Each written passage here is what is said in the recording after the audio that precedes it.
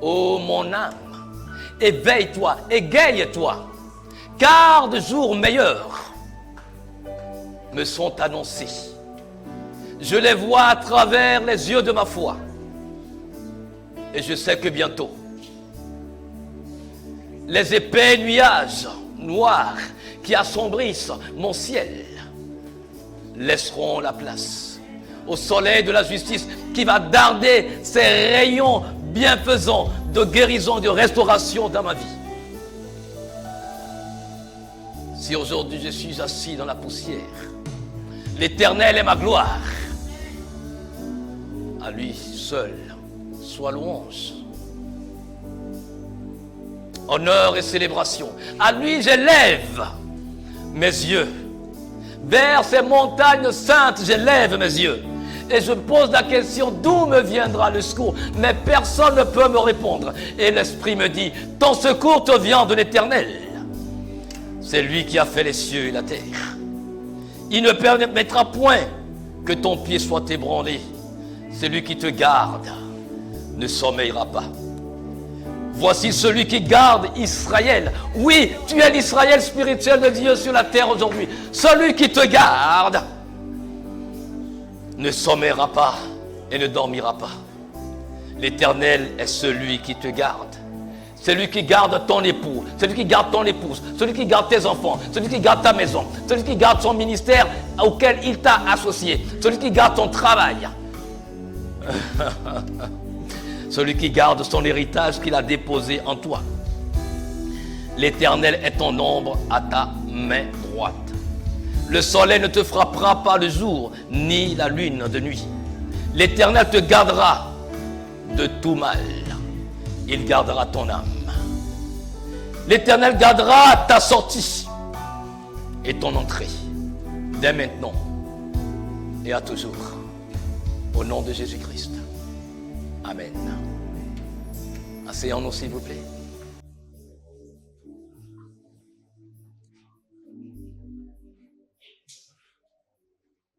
Le Seigneur, notre Dieu, écoute les cris de nos cœurs qui ne peuvent pas être entendus même par nous. Il est le Dieu omniscient, le Dieu qui voit tout, le Dieu qui sait tout. Je voudrais que notre confiance en ce Dieu soit renforcée jour après jour. Nous vivons des temps périlleux, des temps difficiles. Mais je sais une chose, ceux qui sont appelés de Dieu tiendront ferme.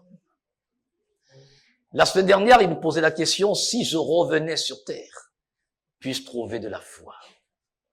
Et tu as répondu oui, il peut trouver de la foi parce que tu es là. Parce que tu continues par croire en lui. Parce que tu continues par demeurer dans sa parole, quel que soit ce qui arrive. Parce que tu sais que ta vie est entre de bonnes mains. Aujourd'hui, nous sommes dans un monde qui ne se sait plus où est-ce qu'il va. Le monde dans lequel nous sommes se cherche. Ça ne date pas d'aujourd'hui. Mais avec l'allure que prend la technologie aujourd'hui, on se demande si encore il y a de la foi sur la terre. Pourquoi ces derniers temps le Seigneur nous parle de foi, de foi, de foi? Car aujourd'hui, nous sommes, sans le vouloir, en train d'adorer la bête. Dans des maisons, dans les familles. Reconnaissons-le, frères et sœurs en Christ. Il n'y a plus de communication, il n'y a plus de communion. Monsieur est assis, madame est assis. Mais chacun est en train d'adorer la bête à travers les gadgets que nous appelons téléphone, ordinateur et tout. Tout le monde est là, les yeux braqués dessus. Les yeux braqués dessus. Et la vie, la communion familiale se meurt. La communion fraternelle se meurt. jour après jour. Et nous nous étonnons que ça ne va plus dans nos familles, ça ne va plus dans nos maisons, ça ne va plus dans nos assemblées. Parce que nous avons trouvé que c'est mieux de causer, de se laisser divertir, de se plonger dans quelque chose qui est virtuel. Et malheureusement, nous sommes dans ça tout le temps. Arracher ou demander à quelqu'un d'éteindre son portable pendant 24 heures. C'est la pire punition que tu peux imposer à un être humain sur terre aujourd'hui. Demander à quelqu'un de se lasser ou du moins d'éteindre son portable pour 2 jours, pour 1 semaine. Il ne peut pas. C'est impossible. Et pourtant, ceci nous vole notre intimité avec Dieu. Il nous vole notre amour, notre intimité familiale, notre communion, la chaleur. Le feu de l'amour, de la communion s'étiole dans nos maisons, dans nos familles, dans nos assemblées. L'ennemi est passé par tous les moyens pour essayer de nous refroidir spirituellement. Aujourd'hui, la plupart des prédicateurs, malheureusement, n'ont plus besoin de consulter le Saint-Esprit. Il suffit que tu aies le thème et que tu poses la question à Gemini, à ChatGPT. Il va tout te préparer. Il va ordonner ta communication. Tu viens avec les versets et tu... Alors je dis, excusez-moi. Où est la foi aujourd'hui? Où est la foi aujourd'hui? Oui. Tu demandes une information. Il t'en donne et t'en propose encore d'autres choses. Alors, est-ce que nous prions aujourd'hui encore pour recevoir des thèmes de la part de Dieu pour les communiquer? Et si pour les communiquer, nous laissons Dieu structurer, ou nous nous rabattons sur les outils informatiques? Est-ce que j'ai dit que c'est une mauvaise chose? Non, mais c'est un couteau à double tranchant si on ne sait pas en faire usage. Ça tue notre véritable nature christique. Je causais la dernière fois avec mon épouse, on revenait du boulot. Et je lui faisais part de cette inquiétude. Et puis, elle a pris un thème, elle me dit, mais, elle a saisi un thème, elle me dit, mais bon, je veux parler de la nouvelle naissance, comment structurer cela pour que je puisse faire cette communication en 1 heure. Je vous dis en l'espace de quelques secondes. Elle me dit, mais Ézéchiel, c'est pas vrai. Je dis, mais oui, mais c'est ce que je dis. C'est ce que je dis. Et vous allez me dire, mais oui, où est le problème? Où est le problème? Mais le problème, c'est que si c'est Dieu qui te donne le thème, c'est le Saint-Esprit qui doit te conduire dans la manière dont tu dois structurer, parce que c'est lui qui connaît l'Église à laquelle il s'adresse. Oui, je ne dis pas que vous ne devez pas aller chercher les informations sur les réseaux sociaux. Mais nous devons faire attention. C'est Dieu qui communique ou c'est moi qui communique? Allez piocher des informations pour étoffer ce que vous voulez faire. Mais la ligne de conduite doit être donnée par le Saint-Esprit. C'est lui qui te connaît, c'est lui qui me connaît. C'est lui qui connaît son assemblée. Et malheureusement aujourd'hui, on ne peut plus faire confiance au Saint-Esprit pour nous conduire dans ce que nous faisons, dans nos communications. Tout est déjà là. Tu lui demandes, il te donne avec des versets bibliques et tout ça. Et il te dit introduction, 2 minutes. Il te structure tout. L'introduction, le corps et tout. Mon épouse dit, mais oui, l'introduction, là, 2 minutes, tu parleras de ça, de ça, de ça, de ça. Mais je dis, mais waouh. Ok. Donc, le Saint-Esprit n'a plus sa place. Il est frustré, le Saint-Esprit. Il est attristé. Parce qu'on le réduit à un simple valet à qui on peut demander de temps en temps des services. Voici l'un des dangers, ou le plus gros danger qui guette l'Église moderne, l'Église contemporaine aujourd'hui. Quelqu'un me dira que Dieu nous fasse grâce. Il nous a fait grâce par l'Esprit qui est en nous. Mais nous l'écoutons plus. Qui encore écoute le Saint-Esprit pour savoir ce qu'il faut faire? Nous ne voulons plus faire des efforts. Nous ne pouvons plus passer des heures à genoux, les heures dans la méditation pour qu'il puisse nous dire ce qu'il veut et comment il veut que nous le fassions. C'est du fast-food spirituel qui nous est servi sur les réseaux sociaux. Et tout le monde consomme. Les grands prédicateurs consomment. Et le peuple en raffole. Mais le danger du fast-food, c'est qu'il vous rend obèse et malade. Et beaucoup sont spirituellement malades aujourd'hui. Ce matin, le Seigneur veut nous parler d'un thème qu'on peut trouver banal, mais qui, en ces derniers temps, gangrène le corps de Christ. C'est la ruée vers les prophéties. Aujourd'hui, dans la plupart des assemblées, c'est prophétie, prophétie, prophétie, prophétie. Pourquoi est-ce qu'on ne prophétise pas chez vous souvent? Pourquoi il n'y a pas de prophète ici? On court vers ce prophète. Oui, mais je ne sais pas, j'ai dormi, j'ai fait ce rêve-là. Je vais voir ce prophète pour qu'il puisse me l'expliquer.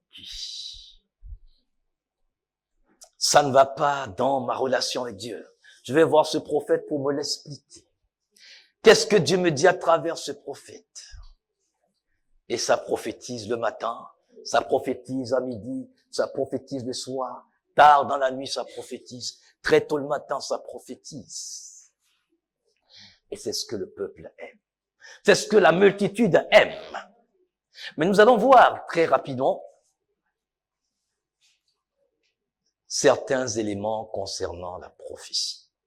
Nous parlons de prophétiser. Mais qu'est-ce que la parole de Dieu entend par prophétiser? Celui qui prophétise parle. Donc prophétiser, c'est parler. C'est faire des déclarations. C'est annoncer quelque chose. C'est décréter une chose. C'est affirmer. C'est témoigner en faveur d'une chose ou d'une parole, d'une personne. C'est avertir de la part de Dieu sous l'inspiration du Saint-Esprit. Donc, je suis en train de prophétiser en ce moment. La parole de Dieu est prophétie. Il dit ainsi en est-il de la parole qui sort de ma bouche, elle ne reviendra pas à moi sans effet. Et cette parole a été dite, elle a été consignée. Et elle rend témoignage d'elle-même. Et nous voyons ses effets dans nos vies, ses réalisations dans nos vies.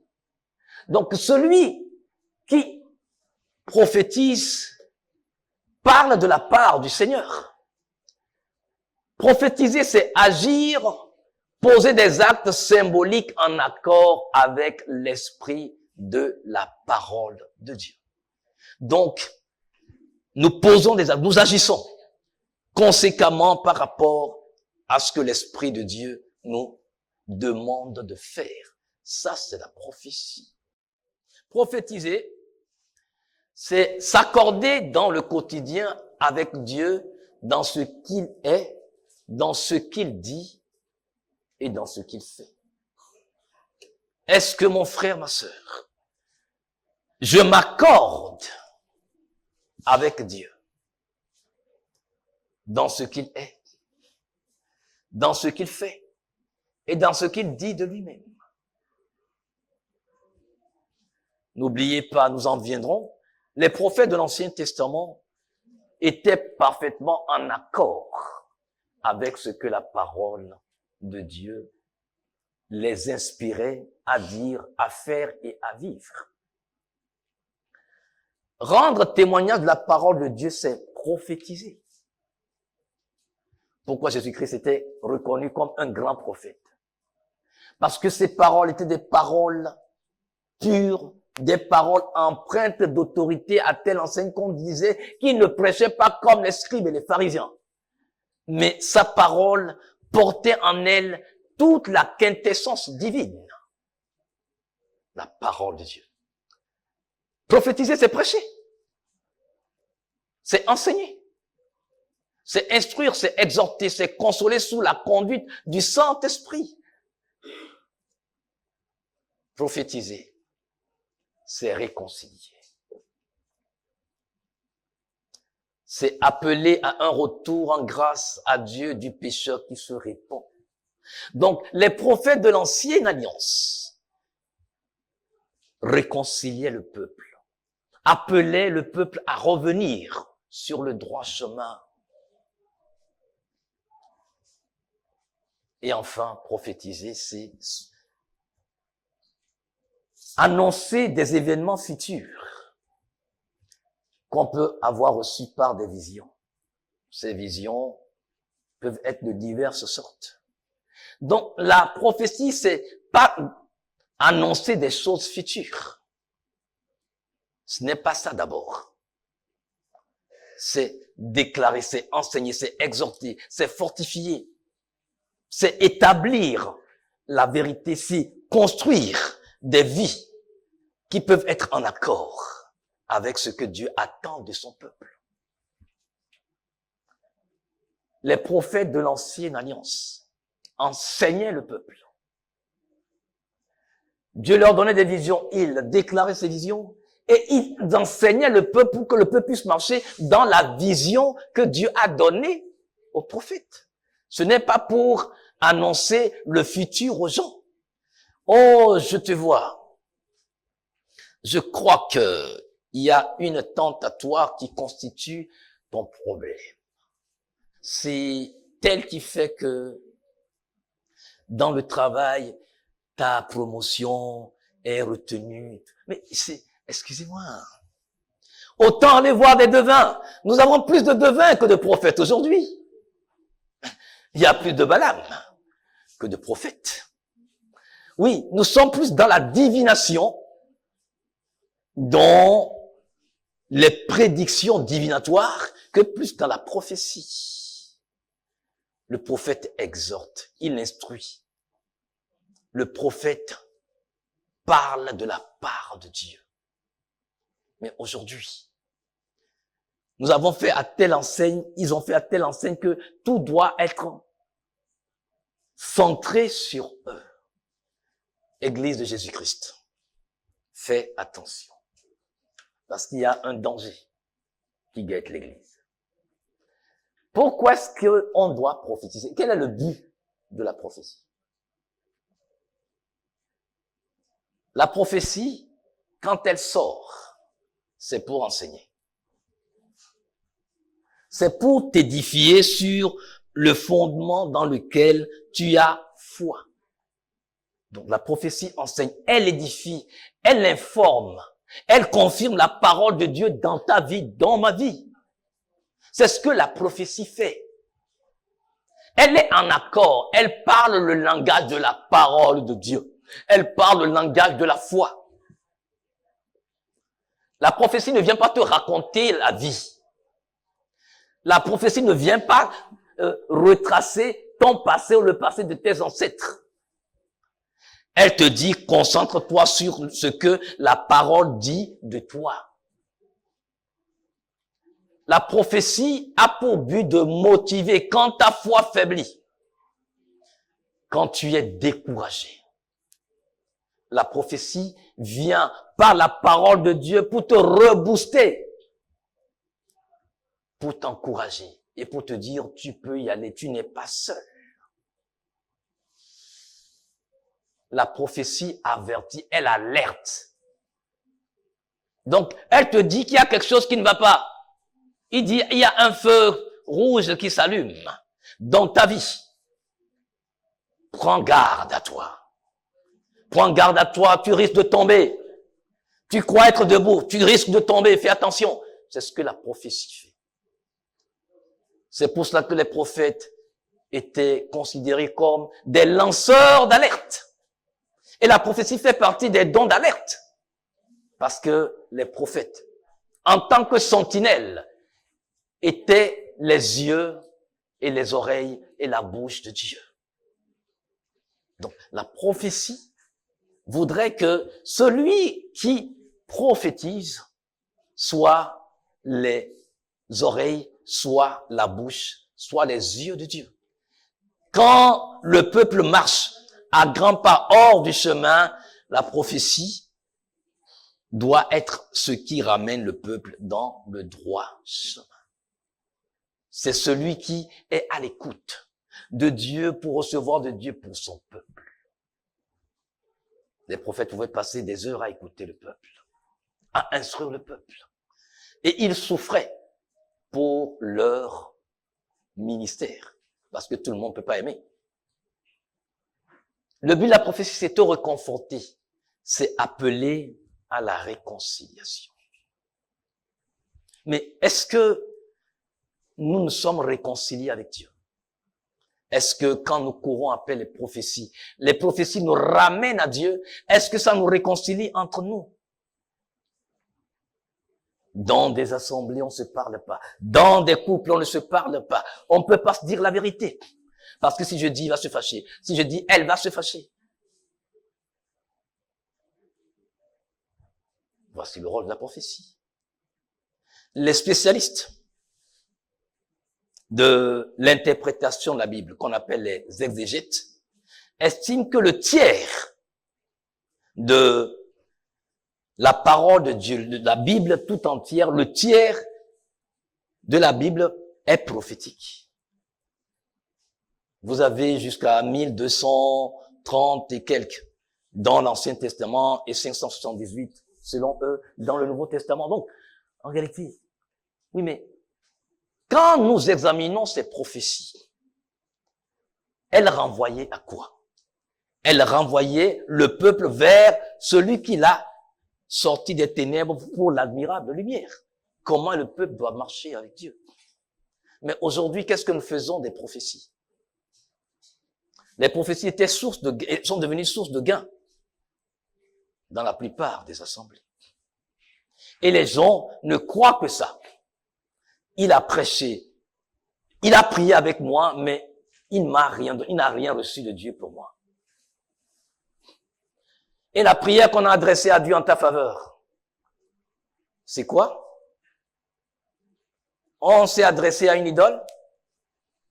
On s'est adressé à Dieu de ta part, et tu dis qu'on n'a rien reçu de Dieu, on n'a rien déclaré de la part de Dieu pour toi. Et comme ça, on oblige les gens à mentir et à parler parce que Dieu n'a rien dit. Si Dieu n'a pas parlé, Dieu ne veut rien dire, c'est qu'il ne veut rien dire. Hey!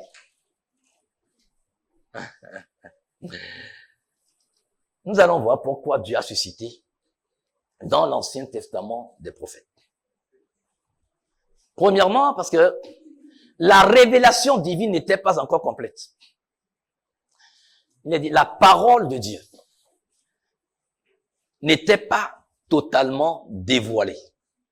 Parce que toutes les prophéties convergeaient vers une seule personne, une seule source, une seule destination.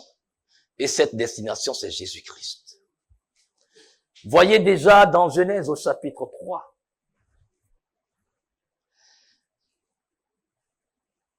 la parole parlait de cette descendance triomphante et royale qui va écraser la tête du serpent. Il s'agissait du Christ Jésus. Donc toutes les prophéties conduisaient à la nouvelle alliance qui a été conclue par la personne du Seigneur Jésus-Christ à la croix de Golgotha pour nous tous. C'est la convergence vers. La parole de Dieu n'était pas encore complète. Donc, Dieu devrait parler, donner des instructions à ses prophètes pour son peuple. La parole n'était même pas disponible pour qu'on puisse la lire. C'est pour cela que l'Esprit venait se poser sur eux. Ils déclaraient des choses de la part du Seigneur, après redevenaient des hommes ordinaires, jusqu'à ce que l'Esprit les prenne encore. À l'époque, l'adoration de Dieu était une adoration basée sur des règles et des lois. Donc, c'était une adoration légaliste, charnelle. Vous comprenez pourquoi Seigneur Jésus-Christ, dans Jean chapitre 4, le verset 24, dit, c'est l'heure. Parce que la Samaritaine était encore dans l'ancienne alliance, dans la vision de l'ancienne alliance, dans la mentalité de l'ancienne alliance. Il a dit, non, non, non, c'est pas ça. C'est maintenant l'heure où les vrais adorateurs devront adorer le Père en esprit et en vérité.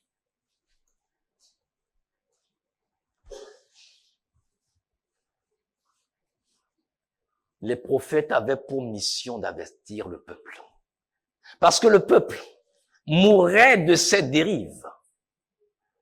Donc, les prophéties, à travers les prophètes, étaient pour nous avertir, nous dire ce qui ne va pas. Quand les signaux lumineux s'allument, Dieu est en train de parler à son peuple. C'est pour cela qu'il va susciter des hommes et des femmes. Donc, quand nous avons vu la définition de la prophétie, nous comprenons que ce n'est pas le fait de dire « Oh, oh, voyez-vous, oh, je tremble, j'entends des choses, je vois des choses. » Non, mais ça peut arriver. Ça peut arriver. Mais c'est-à-dire que ce soit pas quelque chose de spectaculaire pour que vous dites, non, mais là, oui, je me rappelle quelqu'un que j'avais invité un jour, ici, il y a longtemps. Un journaliste. Bon. On a causé, il me dit, mais non, mais je trouve votre, raisonnement, votre présentation de la parole de Dieu assez intéressante. Où est-ce que vous adorez? Je lui ai indiqué. Il est venu. Et après, bon, il m'a dit, on aura le temps de se rencontrer. On s'est rencontrés. Il me dit, mais c'est bon, l'enseignement chez vous, c'est bon, mais vous ne prophétisez pas chez vous ici. Vous voyez? Il dit, vous prophétisez pas. Je vais pas vous citer, c'est une des grandes radios de la place. Je vais pas vous citer le nom de la radio. OK? Donc, vous voyez, c'est-à-dire on les a tellement habitués à ça que quand le dimanche, voilà, on prêche et que, la prédication c'est la prophétie, c'est la parole de Dieu annoncée, déclarée, envoyée, qui doit revenir avec un résultat. Mais les gens ne peuvent pas recevoir parce que on n'a pas dit ainsi dit le Seigneur, ainsi, voilà. Et pour que chacun puisse lui dire ce qu'il a mangé hier et ce qu'il mangera après 2 jours. Parce que si c'est pas ça, donc c'est pas la prophétie. Mais la parole de Dieu parle tout le temps. La prophétie à travers les prophètes que Dieu a suscités dans l'Ancien Testament, les prophéties renvoyaient ou du moins préparaient le peuple à entrer dans le plan du salut de Dieu. Car depuis le jardin d'Éden, quelque chose s'est brisé. Un vase s'est brisé. Le vase de terre que furent Adam et Ève dans leur relation, ce vase s'est brisé. Et en 1000 morceaux. Dieu pouvait colmater, mais dit non. Je ne veux pas essayer de coller. Je vais faire quelque chose de nouveau. C'est pour ça que les prophètes ont été suscités. Parce qu'il y avait un besoin. Un besoin que Dieu devrait satisfaire dans la vie de l'humanité. C'était pour ça. Quand je dis que le Seigneur Jésus-Christ est la convergence, du moins le point de convergence de toutes les prophéties, de l'ancienne comme de la nouvelle alliance, oui, tout renvoyé à lui. Tout renvoyé à lui. Les prophéties bibliques dans l'ancienne alliance ont commencé par le Seigneur Jésus-Christ. Le germe et sont terminées avec lui dans l'Apocalypse. En alpha comme en oméga. Est-ce que le Christ a sa place dans ta vie pour que tu cours après les prophéties? Le Christ Jésus a-t-il sa place dans ta vie, dans ma vie, pour que nous courions après les prophéties? Oh, je dois écouter ce grand prophète. Donc quand je l'écoute, mon âme est tranquille auprès de cette prédication. Vivement que ce soit cela. Mais les prophètes étaient qui? C'était des hommes ordinaires comme vous et moi, que Dieu a décidé de choisir, de remplir de son esprit pour qu'ils puissent parler de sa part. Donc, ils avaient aucun mérite. C'est pas parce que ces personnes sortent des familles riches, des familles, non, ils n'ont rien fait. Mais Dieu, par amour, voulant rétablir la relation brisée dans le jardin d'Éden, a besoin de canaux de communication d'humain à humain. C'est pour cela que ces gens étaient là. Sinon, c'était des gens ordinaires, comme vous et moi, comme aujourd'hui d'ailleurs. Donc, c'est mu par le Saint-Esprit qu'il parlait. Quand vous lisez certains livres des prophètes, ça peut passer toute une semaine sans que Dieu ne dise rien. Si Dieu ne veut rien dire, Dieu ne veut rien dire. On va pas forcer. Dieu, tu dois parler. Non mais, écoutez. Dieu, cette situation est telle que toi, tu dois parler. Tu dois dire quelque chose. Si tu ne dis rien, je ne m'en vais pas. Reste là. Reste là. Je n'ai pas d'ordre à recevoir de toi. C'est pas parce que quelqu'un vient. Si tu as le ministère prophétique, que forcément Dieu doit parler en faveur de cette personne, Dieu doit te dire forcément quelque chose en faveur de cette personne. Si tu ne dis rien, prie avec la personne qu'elle s'en aille. Qu'elle t'oblige pas à mentir dans le compte de Dieu. C'est pour cela que toutes les prophéties doivent être testées. Il faut le test d'authenticité de prophétie. C'est important. Parce que le danger que nous courons, c'est savoir que nous n'avons pas besoin de courir après les prophéties. Dans l'Ancienne Alliance, j'ai dit, la parole de Dieu était incomplète. C'est pour cela que Dieu doit parler à travers les hommes. Mais aujourd'hui, tout est accompli à travers la personne du Christ. Et son esprit est en toi et te rend témoignage. Pourquoi est-ce que tu peux négliger ce que le Saint-Esprit dit? Pourquoi tu peux damer sur la personne du Saint-Esprit et courir vers un homme pour qu'il te dise ce que Dieu t'a dit, peut-être que tu ne veux pas faire? La plupart du temps, c'est ça. Le Saint-Esprit nous rend témoignage. Par des soupirs inexprimables, il s'exprime. Maintenant, quand il me dit de faire quelque chose que je ne veux pas faire, c'est en ce moment-là que je vais courir pour voir si j'aurai un autre son de cloche de la part de quelqu'un qui est prophète ou qui est prophétesse. Excusez-moi, je ne suis pas contre les prophètes. Je ne suis pas contre les prophéties. Je ne dis pas qu'il n'y a plus de prophètes aujourd'hui. Je ne dis pas qu'il n'y a plus de prophétie aujourd'hui. Attention, ne déformez pas mes propos. J'avertis sur les dangers de cette course folle vers les prophéties, vers les prophètes. Tout le temps. Tout le temps. Vous serez surpris quand vous allez chez certaines personnes. Quand vous êtes dit, oui, mais tel prophète a dit, si, même j'ai enregistré la prophétie qu'il a faite à mon sujet et il m'a dit de jouer ça tous les jours jusqu'à ce que mon âme soit convaincue et que ça se réalise. Bon, donc, la personne se réveille le matin, premier réflexe, doit écouter la prophétie. Il doit l'écouter, il doit réécouter. Dans sa voiture, au boulot, les Joe. qu'est-ce qui se passe? Hein? La personne écoute, c'est pas la Bible enregistrée en audio que la personne écoute. Mais la prophétie, faite par un homme, oh, bientôt, est défouée. Non, c'est quelque chose qui doit nous faire trembler de peur. Si le Seigneur revient aujourd'hui, trouvera-t-il encore de la foi dans son Église? Que les prophètes me pardonnent. Je n'ai rien contre eux. Mais j'avertis le peuple de Dieu de ce que subtilement l'ennemi détourne notre attention de cette relation d'intimité avec Dieu sur plutôt des hommes.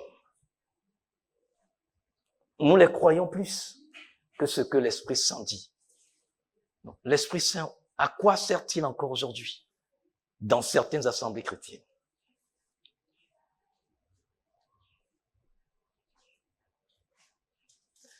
Je pose la question. Il dit, peut-on encore consulter les prophètes aujourd'hui? Avant de répondre à cette question, je voudrais que nous nous rendions dans Éphésiens chapitre 4. Épître aux Éphésiens plutôt, chapitre 4.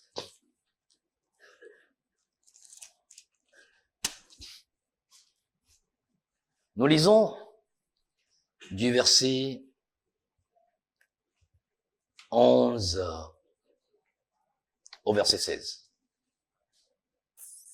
Éphésiens 4, verset 11 au verset 16. Frère Paul, tu veux nous aider? Et lui a donné les uns comme apôtres, les autres comme prophètes, les autres comme évangélistes, les autres comme pasteurs et docteurs, en vue du perfectionnement des saints, pour l'œuvre du service, pour l'édification du corps de Christ, jusqu'à ce que nous parvenions tous à l'unité de la foi et de la connaissance du Fils de Dieu, à l'état d'homme fait, à la mesure de la stature de la plénitude du Christ, afin que nous ne soyons plus de petits enfants, ballottés et emportés çà et là par tout vent de doctrine, dans la tromperie des hommes, dans leur habileté, à user de voies détournées pour égarer, mais que, étant vrais dans l'amour, nous croissions en toutes choses jusqu'à lui qui est le chef, le Christ, duquel tout le corps, bien ajusté, est lié ensemble par chaque jointure du fournissement, produit selon l'opération de chaque partie dans sa mesure, l'accroissement du corps pour l'édification de lui-même en amour. Amen. Amen. Donc, est-ce qu'aujourd'hui, il y a nécessité de consulter encore des prophètes? C'est une question à laquelle il faut beaucoup réfléchir avant de répondre. Mais je dis, en première partie, oui, nous devons les consulter à cause du rôle qui leur est dévolu. Ils sont appelés à nous exhorter, à marcher dans la droiture. Ils sont amenés à nous enseigner, à nous confirmer la parole de Dieu, à établir la vérité en nous, cette vérité dont les fondements sont ébranlés à cause de notre faiblesse. D'un moment, nous devons les consulter, puisqu'ils sont les garants de ce dépôt spirituel de la parole de Dieu pour nous conduire, pour nous rappeler Le Seigneur Jésus-Christ, le grand prophète dit, n'est-il pas écrit dans votre loi? Il leur rappelait ça. Donc, ces prophètes nous sont appelés à nous rappeler les promesses de Dieu, à nous exhorter à marcher dans la voie qui a été tracée, ayant dans notre viseur l'auteur et le consommateur de notre foi, qui est le Christ Jésus. Oui, nous devons les consulter. Parce que leur rôle d'édificateur du corps de Christ ne leur est pas arraché. Ils sont établis en tant que ministres de Dieu à cause de ça. Donc, la prophétie doit m'affermir dans ma foi, doit me confirmer dans ma conviction chrétienne de disciple de Jésus-Christ. C'est ça la prophétie. Je ne sais pas si c'est à ça que ressemblent les prophéties aujourd'hui. Bien que Dieu m'en garde, je ne veux pas faire de commentaires là-dessus, mais nous sommes tous des personnes assez matures pour comprendre certaines choses. Mais quand nous rendons dans Hébreux, chapitre 5, les versets 12 et 13, nous allons lire et nous comprendrons pourquoi est-ce que certains sont obligés de consulter encore les prophètes, de courir après les prophètes aujourd'hui. Hébreux 5, les versets 12 à 13. Car lorsque vous devriez être des docteurs, vu le temps, vous avez de nouveau besoin qu'on vous enseigne quels sont les premiers rudiments des oracles de Dieu. Et vous êtes devenus tels que vous avez besoin de lait et non de nourriture solide. Car quiconque use de lait est inexpérimenté dans la parole de la justice, car il est un petit enfant. Amen. Amen. Donc, ceux qui ne veulent pas grandir, ceux qui ne veulent pas passer du temps dans la parole, pour que la parole phagocyte son activité, phagocyte sa nature en eux, seront obligés de courir chaque fois après ces prophètes-là pour aller chercher des solutions et des réponses qui sont juste à côté d'eux. Il dit, à cause de cette négligence, malgré le nombre d'années d'expérience dans la marche avec le Seigneur, certains sont restés toujours des bébés spirituels. Et c'est pour cela qu'ils ne peuvent pas croquer des os. Je parle un langage imagé. Et ils sont obligés qu'on leur serve encore les petits rudiments.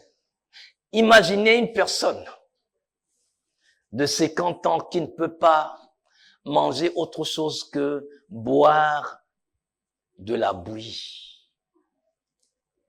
Elle sera fébrile. Elle n'aura pas la force qu'il lui faut.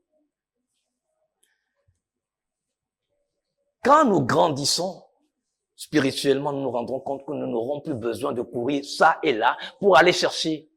C'est pour cela qu'il dit, il est ici, tout le monde va là. Il est là, tout le monde va là. C'est pourquoi? Mes frères et sœurs en Christ, pourquoi est-ce que nous imposons ces courses folles à la recherche de bons prédicateurs? Mais écoute, il dit, vous tous, vous êtes des prophètes. C'est-à-dire, la prophétie, en tant que inspiration instantanée de la part du Seigneur, on peut être en pleine prédication comme tout de suite. Le Seigneur peut susciter quelqu'un pour donner une parole de connaissance, une parole de sagesse. C'est une prophétie. Ça ne veut pas dire que la personne est prophète. Non. C'est instantanément, le Seigneur a voulu communiquer quelque chose. Il l'exercera pas en tant que ministère.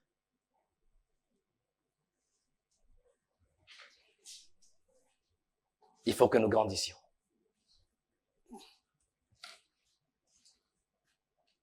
Non, je dis que nous ne devons plus consulter les prophètes aujourd'hui. Parce que tu as le Saint-Esprit qui habite en toi. Tu es son temple. Tu es sa résidence. Tu es la demeure du Saint-Esprit. En toi, il se prélasse. Ce n'était pas comme dans l'ancienne alliance, où l'Esprit venait se poser sur les gens, il prophétisait et l'Esprit repartait, ils redevenaient des hommes ordinaires jusqu'à ce que l'Esprit vienne encore. Mais vous et moi, nous abritons le Saint-Esprit. Je l'abrite, tu l'abrites. Si du moins tu as confessé Jésus-Christ comme ton Seigneur personnel et le Sauveur de ton âme, c'est que tu abrites le Saint-Esprit. Tu es sa demeure, tu es sa résidence. Comment je peux être avec un connaisseur, un spécialiste dans un domaine? J'habite la même maison que lui. On se voit matin. J'ai son numéro de téléphone. On peut s'appeler à n'importe quel moment de la journée. Le soir, on revient ensemble. Et j'ai besoin d'un conseil dans ce domaine. Et la personne est reconnue mondialement comme le spécialiste dans ce domaine. Et je vais encore demander conseil à quelqu'un d'autre. Vous voyez ce qui se passe. C'est pas contradictoire. Qu'est-ce qui se passe avec le corps de Christ? Tu l'as en toi. C'est pour ça que je dis oui. Oui, tu peux consulter les prophètes. Non, tu n'es pas obligé de consulter les prophètes. Parce que tu es prophète toi-même. Combien de fois tu ne prophétises, mon frère, ma sœur? Quand tu pries, qu'est-ce que tu fais? Tu fais des déclarations. Tu décrètes des choses. Tu affirmes des choses. Tu annonces des choses. Et tu vois certaines se réaliser. Tu n'as pas prophétisé. Oh, toi, tu n'as jamais prophétisé. Et jamais tu prophétiseras. Qu'est-ce que ça veut dire? Vous voyez la vie de désordre dans laquelle l'ennemi a entraîné une partie du corps de Christ aujourd'hui?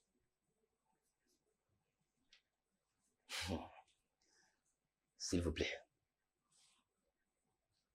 Lisons 1 Jean chapitre 2, du verset 27 au verset 29. Frère Paul, je crois que tu es un peu en esprit. D'accord, c'est bon. Jean chapitre 2, verset 27 à 29. Et pour vous, l'onction que vous avez reçue de lui demeure en vous. Et vous n'avez pas besoin que personne vous enseigne. Mais comme la même onction vous enseigne à l'égard de toutes choses, et qu'elle est vraie et n'est pas mensonge, et selon qu'elle vous a enseigné, vous demeurerez en lui. Amen. Amen. Verset 29.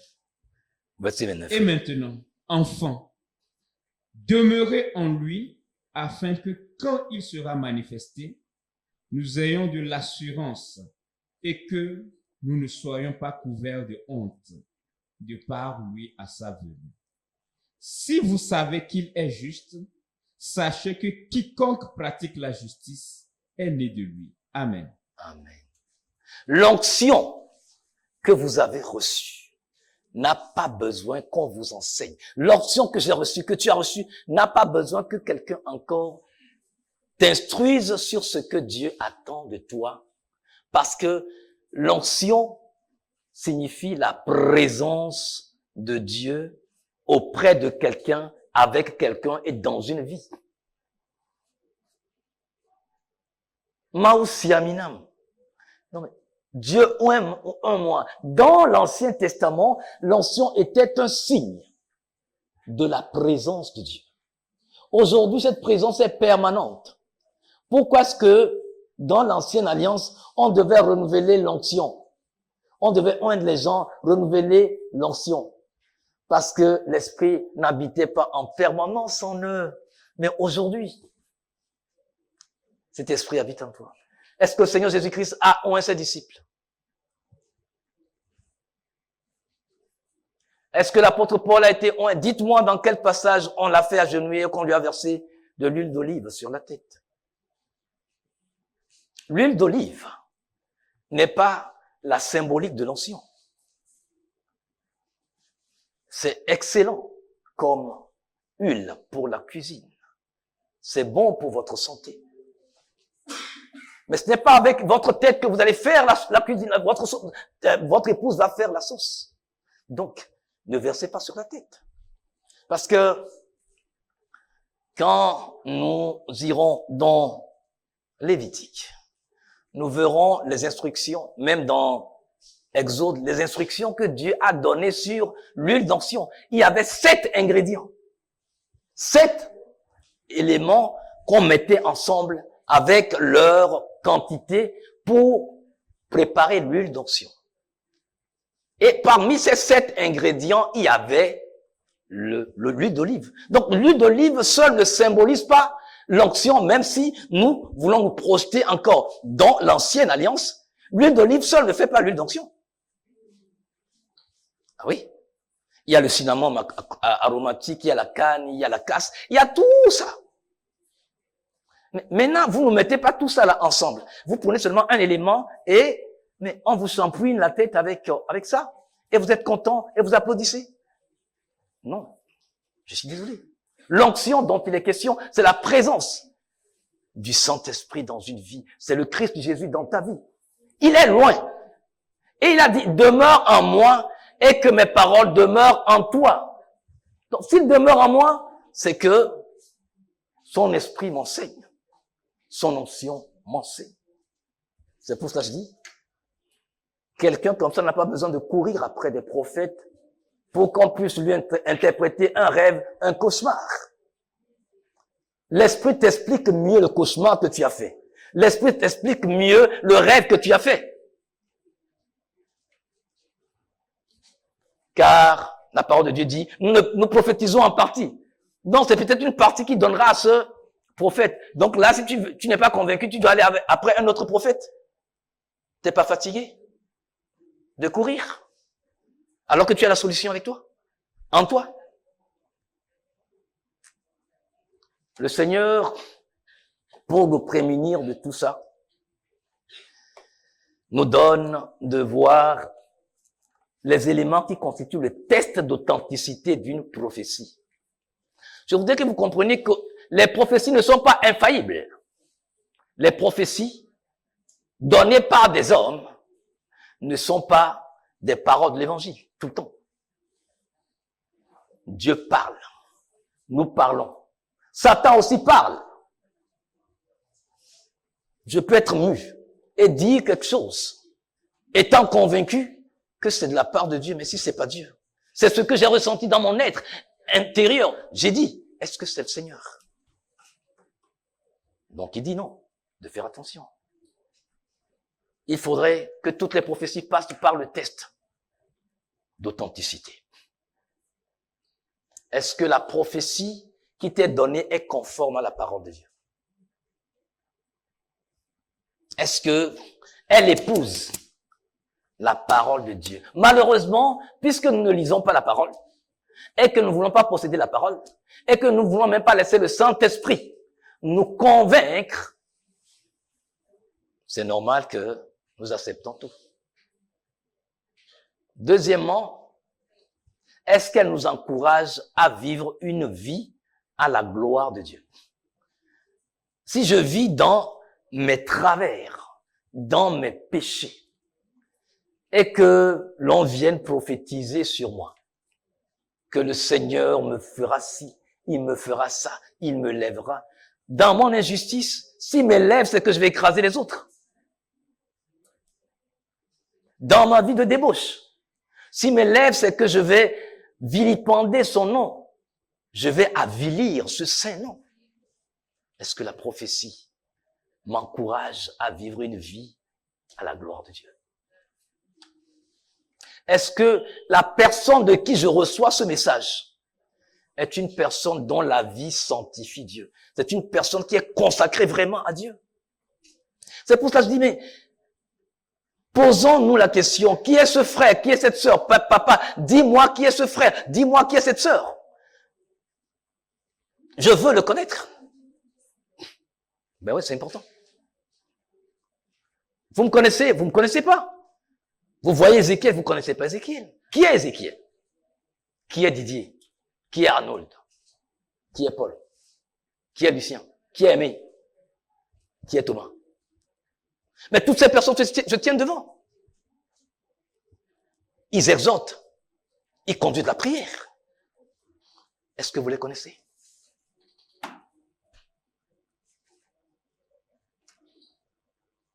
Plein de prophètes. Vous vous rappelez, dans 1 roi 18, non, 1 roi 22, je crois, lorsque Akaz a demandé à Josaphat de l'accompagner pour aller en guerre contre les Syriens. Mais Josaphat, en tant que personne qui craignait Dieu, puisqu'il était le roi de la tribu de Juda, Akaz régnait sur les 10 tribus d'Israël avec pour capitale Samarie. Josaphat régnait sur les 2 tribus, les tribus de Juda, avec pour capitale Jérusalem. Donc, il lui a fait une visite, il lui a rendu une visite d'État. Et c'est en ce moment que Akaz lui dit, mais tu sais que Ramoth en Galade est notre territoire à nous, mais je veux aller récupérer ce territoire. Est-ce que tu veux venir avec nous? Ton armée fait se joindre aux 10 tribus d'Israël pour aller combattre. Il dit, mais nous sommes un même peuple. Mon peuple est ton peuple, mon armée est ton armée. Mais avant toute chose, il faut qu'on consulte Dieu. Akaz a rassemblé 400 prophètes. Et tous les 400 prophètes, sa femme avait 850, les prophètes de Baal. Lui, il avait 400 prophètes qui parlaient au nom de l'Éternel, s'il vous plaît. Ces 400 prophètes prophétisaient au nom de l'Éternel. Il dit, vas-y, Dieu est avec toi, tu seras victorieux. Oh oui, tu vas les combattre. Oui. Mais Josaphat, qui était un homme qui craignait Dieu, il n'était pas à l'aise. Oui, mais je dis, mais 400 prophètes qui disent la même chose, non, je ne sais pas pourquoi, mais il dit, mais non, il n'y a pas une autre personne par laquelle on peut consulter Dieu. Akaz a dit, oui, il y a un homme, mais je le déteste, parce que il ne prophétise rien de bon en ma faveur. C'est Michée. Michée qui veut dire qui est comme l'Éternel, qui est semblable à Dieu. Oui. Son nom d'ailleurs exprime ce pourquoi il avait ce zèle pour Dieu. Il était attaché à Dieu. Vous voyez 400 prophètes contre un seul vrai. Oui. Mais c'est en Israël, un peuple appelé du nom de Dieu, qui priait Dieu. Et ces prophètes aussi parlaient au nom de Dieu. Mais les 400 ont prophétisé faux. Un seul. L'émissaire qui est parti le chercher a dit, mais les autres prophètes ont prophétisé seulement du positif. Quand tu y vas, prophétise aussi du positif. Tu ne veux pas avoir des ennuis. Il est parti. Mais il a dit, oh non, mais c'est, oh non, vas-y, tu vas, oh non, tu vas les écraser. Il dit, arrête de te moquer de moi. Dis-moi la vérité.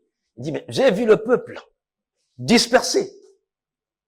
Comme quelqu'un un peuple qui n'a pas de conducteur. Il a dit à Josaphat, tu vois? C'est bien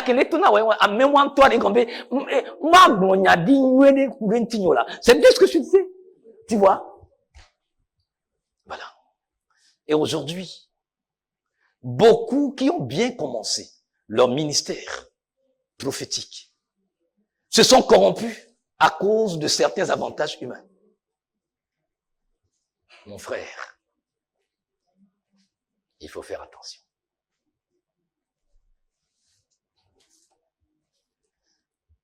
Il dit, plusieurs faux prophètes sont venus dans le monde.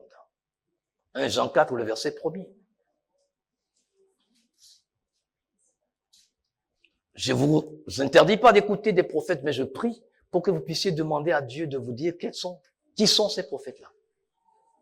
Qui sont-ils? Quel esprit les anime? Oui. Ce sont des êtres humains. Hein. Ils ont leur travers. Ils ont leur temps de faiblesse. Faites attention. La prophétie, est-ce qu'elle s'est réalisée dans le temps? Deutéronome 18, 20, 21 dit, mais si une prophétie est annoncée et qu'elle ne s'est pas réalisée, Dieu dit que ça ne vient pas de lui. C'est par audace que la personne a décidé de parler de la part de Dieu. Donc, vous avez les 4 éléments qui constituent le soubassement du test de prophétie. Pour que nous courions plus après les prophéties de prophétie en prophétie. Dites à vos prophètes de m'en épargner, de me pardonner, je n'ai rien contre eux. Je ne fais qu'avertir sur les dérives prophétiques des derniers temps, malheureusement. Nous allons terminer avec le Seigneur Jésus-Christ. C'est lui l'aboutissement de toutes les prophéties. Dans Actes 10, 42, 43, Louis II, et Jésus-Christ nous a ordonné de prêcher au peuple et d'attester que c'est lui qui a été établi par Dieu, juge des vivants et des morts. Tous les prophètes rendent de lui témoignage que quiconque croit en lui reçoit par son nom le pardon des péchés. Les autres passages bibliques que nous n'aurons pas le temps de lire, mais que vous irez lire à la maison. Toutes les prophéties de l'ancienne alliance et de la nouvelle alliance trouvent leur aboutissement dans la personne du Christ Jésus. Or, ce Christ Jésus est dans ta vie. C'est lui que tu as proclamé comme ton Seigneur personnel et le sauveur de ton âme.